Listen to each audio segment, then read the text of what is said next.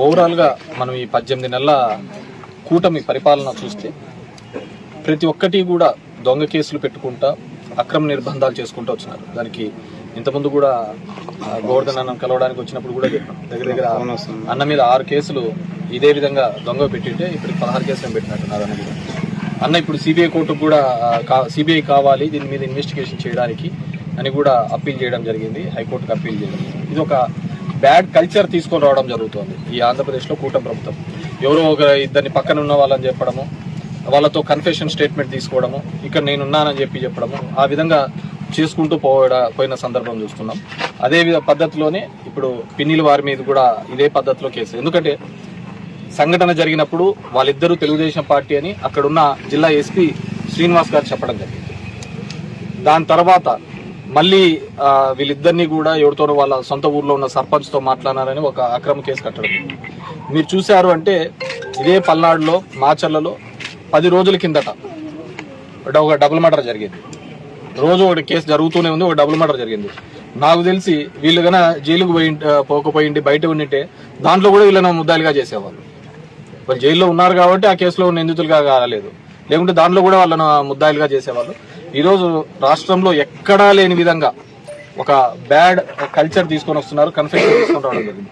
అదే చంద్రబాబు నాయుడు కేసులో చూస్తే లిక్కర్ కేసులో వాసుదేవ్ రెడ్డి అనే అతను కంప్లైంట్.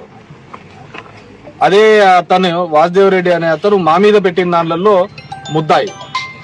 అతన్ని ఇది చేసుకొని అతను అక్విటల్ అయిపోతాడు, అతను అప్రూవల్ అయిపోతాడు. చంద్రబాబు కేసులో మాత్రం అతని చూస్తే ఇది ఫ్యాక్ట్స్ లేవను, ఇది ఏమన్నది మిస్టేక్ ఆఫ్ ఫ్యాక్ట్స్ అని చెప్పేసి మళ్ళీ కోర్టులో సబ్మిట్ చేసి చంద్రబాబు నాయుడు గారికి రిలీఫ్. అంటే ఒక అతను ముద్దాయిగా ఉన్నాడు, అతనితోనే మళ్ళీ స్టేట్మెంట్ ఇప్పిస్తారు చంద్రబాబు. అంటే గవర్నమెంట్ ఫంక్షన్స్ ఏ విధంగా జరుగుతాయో అర్థం చేసుకోండి. అదే కేసులో దగ్గర 155 మంది సాక్షులను విచారించినారు, 18 మందితో 164 స్టేట్మెంట్ తీసుకున్నారు. ఇవన్నీ కూడా లీగల్ గా ఉన్నా కానీ చాలా బరి తెగించింది. అంటే దీన్ని ఏమంటారంటే విక్టోరియా ఎరాల విక్టోరియా డెకోర్తిన్ అంటారు. ఆ టైంలో ఏం జరిగిందంటే కింగ్ నో రాంగ్ అంటారు, కింగ్ ఈజ్ నో రాంగ్ అంటారు. అంటే మొనార్కీ టైంలో అతను ఏమి చేసినా కానీ కరెక్ట్ గా ఉంటుంది అనే పద్ధతి ఈ రోజు ఈ రాష్ట్రంలో తీసుకొని రావడం జరుగుతుంది. It's very bad sign. ఎందుకంటే ఇలాంటివి అలవాటు చేసుకుంటూ పోతూ ఉంటే ఖచ్చితంగా నెక్స్ట్ వచ్చే వాళ్ళు ఇబ్బంది పడతారు. ఈరోజు మీరు చూసినారంటే గోవర్ధన్ అన్న ఇంతకుముందు 10 రోజులకు ఒకసారి ప్రెస్ మీట్ పెట్టేవాళ్ళు, ఈరోజు వారానికి 2 సార్లు పెడతారు. నేను ఇంతకుముందే చెప్పా, జైలులోకి వేస్తామంటే అది ఒక భయం, జైల్లోకి వేస్తే ఆ భయం పోతుంది.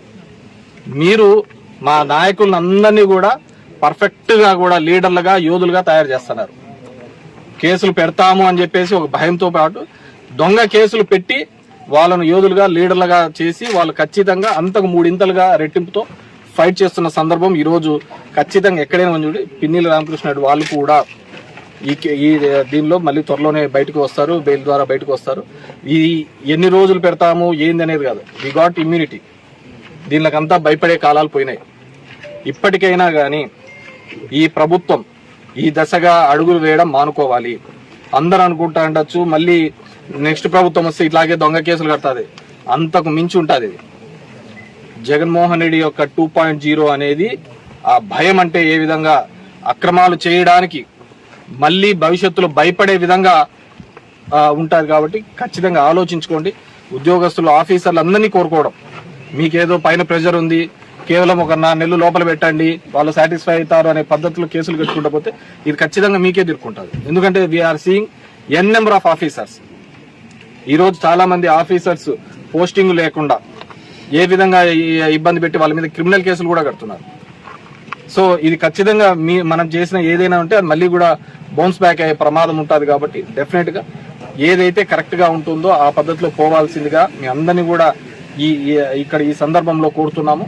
డెఫినెట్ గా పిన్నిలి బ్రదర్స్ మరింత ధైర్యంగా ముందుకు వచ్చి పార్టీ యాక్టివిటీస్ లో పార్టిసిపేట్ చేస్తారు, ఖచ్చితంగా పార్టీకి అండగా నిలబడతారు. వారందరికీ కూడా వైఎస్ఆర్ కాంగ్రెస్ పార్టీ ఎవరినైతే ఈ విధంగా ఇబ్బంది పడుతున్నారో వాళ్ళ కుటుంబాలకు వాళ్ళకు అందరికీ కూడా వైఎస్ఆర్ కాంగ్రెస్ పార్టీ అండగా నిలుస్తుంది.